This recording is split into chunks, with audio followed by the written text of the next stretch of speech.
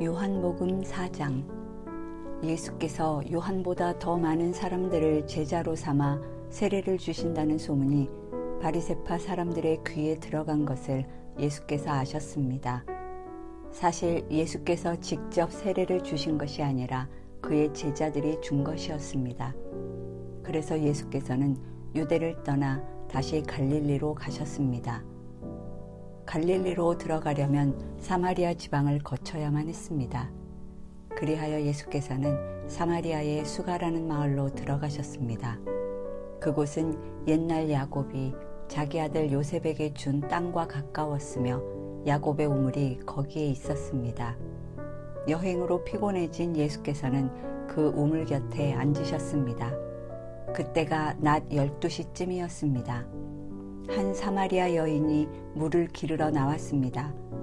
예수께서 여인에게 말을 거셨습니다. 내게 물 좀 떠주겠느냐? 제자들은 먹을 것을 사러 마을에 들어가고 없었습니다. 사마리아 여인이 예수께 말했습니다. 당신은 유대 사람이고 저는 사마리아 여자인데 어떻게 제게 물을 달라고 하십니까? 당시 유대 사람들은 사마리아 사람과는 상대도 하지 않았기 때문입니다. 예수께서 여인에게 대답하셨습니다. 내가 하나님의 선물을 알고 또 물을 달라고 하는 사람이 누구인지 알았다면 도리어 내가 그에게 부탁했을 것이고 그가 내게 생수를 주었을 것이다. 여인이 예수께 말했습니다. 선생님께는 두레박도 없고 이 우물은 깊은데 선생님께서는 어디에서 생수를 구한단 말입니까? 선생님이 우리 조상 야곱보다 더 크신 분입니까? 야곱은 우리에게 이 물을 주었고 그와 그의 아들들과 가축들도 다 여기에서 물을 마시지 않았습니까? 예수께서 대답하셨습니다. 이 물을 마시는 사람마다 다시 목마를 것이다. 그러나 내가 주는 물을 마시는 사람은 영원히 목마르지 않을 것이다.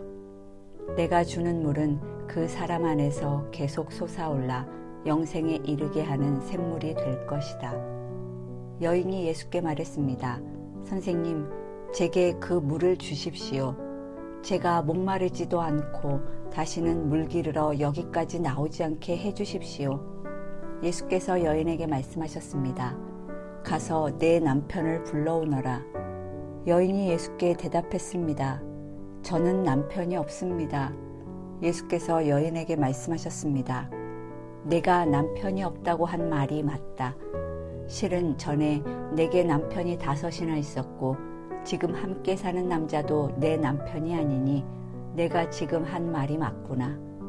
여인이 예수께 말했습니다. 선생님, 제가 보니 당신은 예언자이십니다. 우리 조상들은 이 산에서 예배를 드렸는데 당신네 유대 사람들은 예배는 예루살렘에서만 드려야 한다라고 말합니다. 예수께서 여인에게 말씀하셨습니다. 여인아, 나를 믿어라. 이제 이 산도 아니고 예루살렘도 아닌 곳에서 아버지께 예배드릴 때가 올 것이다. 너희 사마리아 사람들은 알지 못하는 것을 예배하지만 우리 유대 사람들은 알고 있는 것을 예배한다. 이는 구원이 유대 사람들로부터 나오기 때문이다.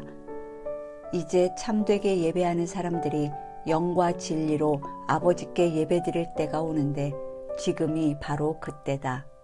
아버지께서는 이렇게 예배드리는 사람들을 찾고 계신다. 하나님은 영이시니 하나님께 예배드리는 사람은 영과 진리로 예배드려야 한다. 여인이 예수께 말했습니다. 저도 그리스도라고 하는 메시아가 오실 것을 압니다. 메시아가 오시면 우리에게 모든 것을 알려주실 것입니다. 그러자 예수께서 여인에게 말씀하셨습니다. 지금 내게 말하고 있는 내가 바로 그 메시아다. 바로 그때 제자들이 돌아와 예수께서 한 여인과 말씀하시는 것을 보고 놀랐습니다. 그러나 아무도 무엇을 요구하십니까? 왜 저희 여인과 말씀하고 계십니까? 라고 묻는 사람이 없었습니다. 여인은 물 항아리를 내버려 둔 채 마을로 돌아가 사람들에게 말했습니다. 와서 내 과거를 모두 말해준 사람을 보십시오. 이분이 그리스도가 아니겠습니까? 사람들이 마을에서 나와 예수께로 나아갔습니다. 한편 제자들은 예수께 청했습니다.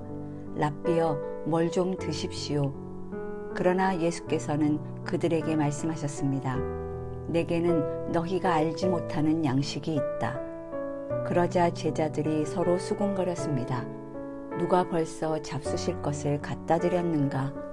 예수께서 말씀하셨습니다. 내 양식은 나를 보내신 분의 뜻을 행하고 그분의 일을 완성하는 것이다. 너희는 넉 달이 더 지나야 추수할 때가 된다고 말하지 않느냐? 그러나 나는 너희에게 말한다. 눈을 들어 들판을 보라. 이미 곡식이 익어 추수할 때가 됐다. 추수하는 사람은 이미 싹을 받았고 이제 영생의 곡식을 거두어 들이고 있다. 그리하여 씨를 뿌린 사람과 추수하는 사람이 함께 기뻐할 것이다. 그러므로 한 사람은 심고 한 사람은 거둔다라는 말이 맞다. 나는 너희를 보내어 너희가 일하지도 않았는데 열매를 거두게 했다. 다른 사람들은 수고했고 너희는 그들이 수고한 결실을 거두게 된 것이다. 그 마을에 사는 많은 사마리아 사람들은 여인이 그분이 내 과거를 모두 말해준 사람이다 라고 증언했기 때문에 예수를 믿었습니다. 그래서 사마리아 사람들은 예수께 나아와 그들과 함께 머물 것을 청했습니다. 예수께서는 그곳에 이틀 동안 머무르셨습니다. 그래서 더 많은 사람들이 예수의 말씀을 듣고서 믿게 됐습니다. 사람들이 여인에게 말했습니다. 이제 우리가 믿는 것은 당신의 말 때문에 믿는 것이 아니요. 우리가 그 말씀을 직접 듣고 보니 이분이 참으로 세상의 구주이심을 알게 됐소. 이틀 후에 예수께서 그곳을 떠나 갈릴리로 가셨습니다. 전에 예수께서는 예언자가 자기 고향에서 존경받지 못함을 직접 증언하신 적이 있었습니다. 예수께서 갈릴리에 도착하시자 갈릴리 사람들은 예수를 환영했습니다. 그들은 6월절에 예루살렘에 갔다가 예수께서 거기서 행하신 일들을 모두 목격했던 것입니다. 예수께서는 전에 물로 포도주를 만드셨던 곳인 갈릴리 가나에 다시 들르셨습니다. 그곳에는 왕의 신하 한 사람이 있었는데 그의 아들이 병에 걸려 가버나움에 있었습니다. 예수께서 유대에서 갈릴리로 오셨다는 소문을 들은 왕의 신하는 예수께로 가서 오셔서 자기 아들을 고쳐달라고 애원했습니다. 그의 아들은 거의 죽어가고 있었습니다. 예수께서 그에게 말씀하셨습니다. 너희는 표적이나 기사를 보지 않고서는 전혀 믿으려 하지 않는다. 신하가 말했습니다. 선생님, 제 아이가 죽기 전에 내려와 주십시오. 예수께서 그에게 대답하셨습니다. 가 보아라. 내 아들이 살 것이다. 그는 예수의 말씀을 믿고 갔습니다. 신하가 집으로 가는 도중에 마중 나온 하인들을 만나 아들이 살아났다는 소식을 들었습니다. 그가 하인들에게 아이가 언제부터 좋아졌느냐고 묻자 어제 오후 1시에 열이 떨어졌습니다 하고 종들이 대답했습니다. 아이의 아버지는 예수께서 내 아들이 살 것이다 라고 말씀하셨던 바로 그때였음을 알았습니다. 그래서 그와 그의 온 집안이 예수를 믿게 됐습니다. 이것은 예수께서 유대에서 갈릴리로 돌아오신 후에 행하신 두 번째 표적이었습니다. 그 후 예수께서는 유대 사람의 절기가 돼 예루살렘으로 올라가셨습니다.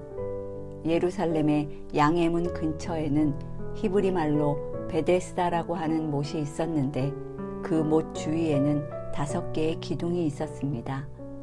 여기에는 눈먼 사람들, 다리 저는 사람들, 중풍 환자들 등 많은 장애인들이 누워있곤 했습니다.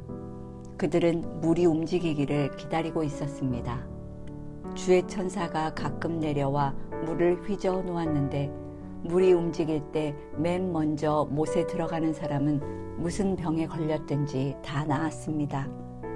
거기에 38년 동안 병을 앓고 있던 사람이 있었습니다. 예수께서 그가 거기 누워있는 것을 보시고 또 그가 이미 오랫동안 알아온 것을 아시고 물으셨습니다. 내 병이 낫기를 원하느냐? 환자가 대답했습니다. 선생님, 물이 움직일 때 못에 들어가도록 나를 도와주는 사람이 없습니다.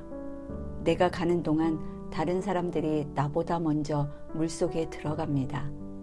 그러자 예수께서 그에게 말씀하셨습니다. 일어나 내 자리를 들고 걸어가거라. 그러자 그가 곧 나아서 자리를 들고 걸어갔습니다. 그날은 안식일이었습니다. 그래서 유대 사람들은 병이 나은 사람에게 말했습니다. 오늘은 안식일이니 자리를 들고 가는 것은 옳지 않소. 그러나 그가 대답했습니다. 내 병을 고치신 분이 내게 자리를 들고 걸어가거라 라고 하셨소. 그러자 유대 사람들이 그에게 물었습니다. 당신에게 자리를 들고 걸어가라고 말한 사람이 대체 누구요? 병이 나은 사람은 그분이 누구인지 알 수 없었습니다. 그곳에는 많은 사람들이 있었고 예수께서는 이미 떠나셨기 때문입니다. 나중에 예수께서 성전에서 이 사람을 만나 말씀하셨습니다. 보아라, 내가 다 나았구나. 더 심한 병이 내게 생기지 않도록 이제 다시는 죄를 짓지 마라. 그 사람은 유대 사람들에게 가서 자기 병을 고치신 분이 예수라고 말했습니다. 예수께서 안식일에 이런 일을 행하셨기 때문에 유대 사람들은 예수를 핍박했습니다. 예수께서 그들에게 말씀하셨습니다. 내 아버지께서 지금까지 일하고 계시니 나도 일한다. 유대 사람들은 이 말 때문에 더욱더 예수를 죽이려고 애썼습니다. 예수께서 안식일을 어길 뿐만 아니라 하나님을 자기 아버지라 부르며 자기를 하나님과 동등하게 여기셨기 때문입니다. 예수께서 그들에게 이렇게 대답하셨습니다. 내가 진실로 진실로 너희에게 말한다. 아들 혼자서는 아무것도 할 수 없고 아들은 아버지께서 하시는 것을 보는 대로 따라할 뿐이다. 아들은 무엇이든지 아버지께서 하시는 일을 그대로 한다. 아버지께서는 아들을 사랑하셔서 하시는 일들을 모두 아들에게 보여주신다. 또한 이보다 더 큰 일들을 아들에게 보여주셔서 너희를 놀라게 하실 것이다.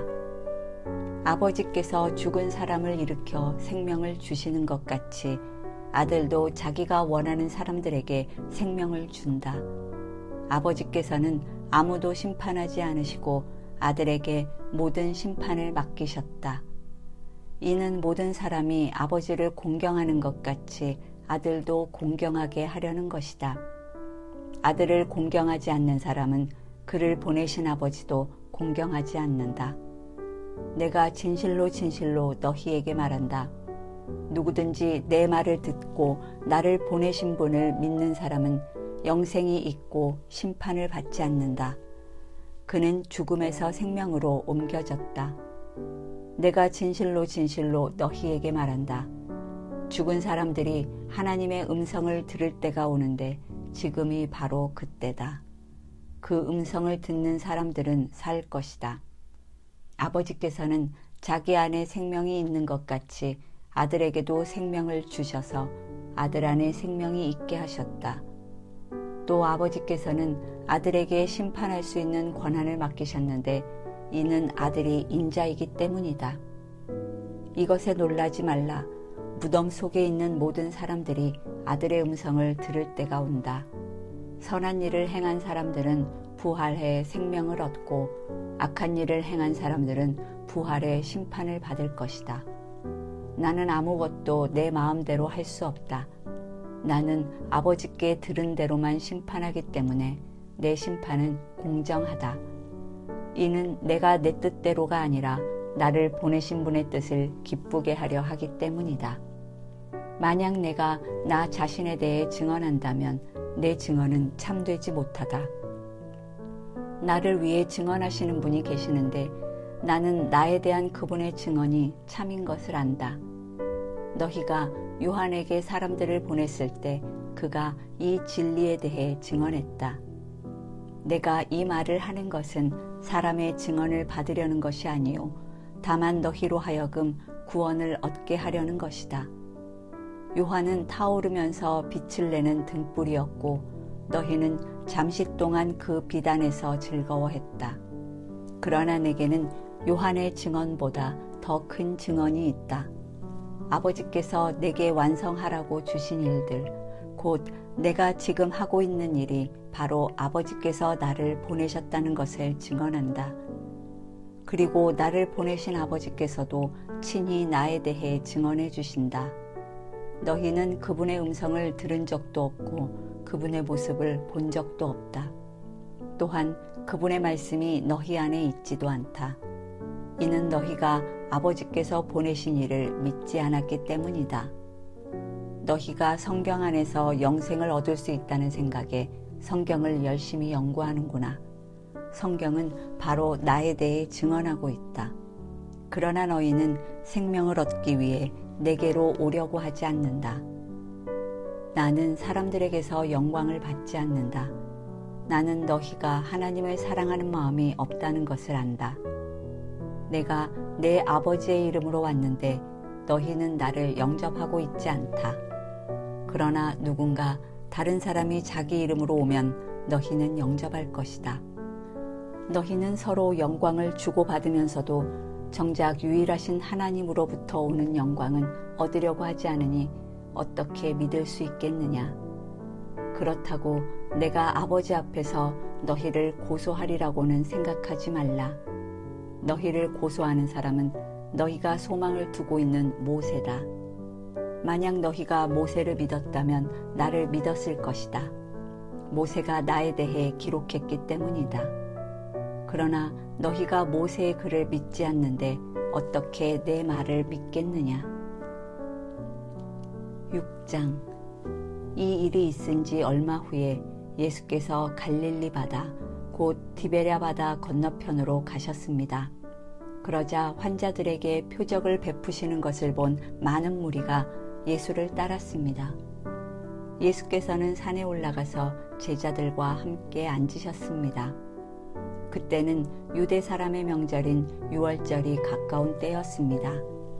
예수께서 눈을 들어 많은 사람이 자기에게로 몰려오는 것을 보시고 빌립에게 말씀하셨습니다. 우리가 어디에서 빵을 사서 이 사람들을 먹이겠느냐? 예수께서는 빌립이 어떻게 하나 보시려고 이렇게 질문하신 것일 뿐 사실 자기가 하실 일을 미리 알고 계셨습니다. 빌립이 예수께 대답했습니다. 한 사람당 조금씩만 먹는다고 해도 200데나리온어치의 빵으로도 모자랄 것입니다. 제자들 중 하나이며 시몬 베드로의 동생인 안드레가 말했습니다. 여기 한 소년이 보리빵 5개와 물고기 2마리를 가지고 있습니다. 그러나 이렇게 많은 사람들에게 그게 얼마나 소용이 있겠습니까? 예수께서 말씀하셨습니다. 사람들을 모두 앉히라. 그곳은 넓은 풀밭이었는데 남자들이 둘러앉으니 5,000명쯤 됐습니다. 예수께서는 빵을 들고 감사 기도를 드리신 후 앉아있는 사람들에게 원하는 만큼씩 나눠주셨습니다. 물고기를 가지고도 똑같이 하셨습니다. 그들이 모두 배불리 먹은 뒤에 예수께서 제자들에게 말씀하셨습니다. 남은 것은 하나도 버리지 말고 모아두라. 그리하여 그들이 남은 것을 모아보니 보리빵 5개로 먹고 남은 것이 12바구니에 가득 찼습니다. 사람들은 예수께서 행하신 표적을 보고 말했습니다. 이분은 이 세상에 오신다던 그 예언자가 틀림없다. 예수께서는 그들이 와서 강제로 자기를 왕 삼으려 한다는 것을 아시고 혼자서 다시 산으로 올라가셨습니다. 날이 저물자 예수의 제자들은 바다로 내려갔습니다. 거기서 그들은 배를 타고 바다를 건너 가버나움으로 향했습니다. 날은 이미 어두워졌고 예수께서는 아직 그들이 있는 곳으로 오시지 않았습니다. 세찬 바람이 불어 물살이 거세어졌습니다. 그들이 노를 저어 한 25-30 스타디온쯤 갔을 때에 예수께서 물 위를 걸어서 배 쪽으로 다가오시는 것이 보였습니다. 그들은 두려웠습니다. 그러자 예수께서 그들에게 말씀하셨습니다. 나다, 두려워하지 말라. 그러자 그들은 기꺼이 예수를 배 안으로 모셨습니다. 배는 곧 그들이 가려던 땅에 도착했습니다.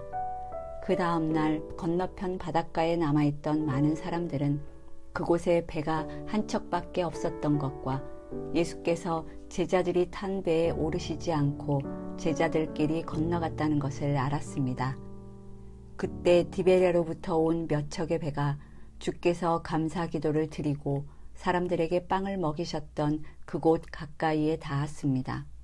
그 사람들은 예수나 제자들이 모두 그곳에 없다는 사실을 알고 다시 배를 타고 예수를 찾으러 가버나움으로 갔습니다.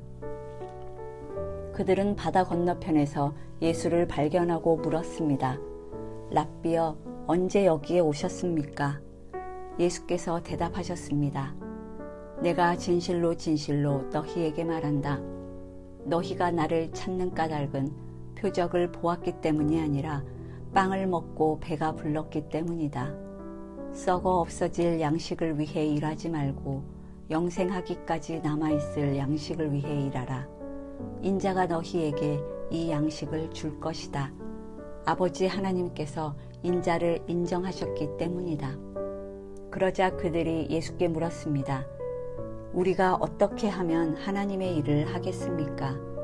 예수께서 대답하셨습니다. 하나님의 일이란 바로 하나님께서 보내신 이를 믿는 것이다. 그러자 그들이 예수께 다시 물었습니다. 그러면 우리가 보고 믿을 수 있도록 어떤 표적을 보이시겠습니까? 무슨 일을 하시려는 것입니까? 우리 조상들은 광야에서 만나를 먹었습니다. 성경에 이렇게 기록됐습니다.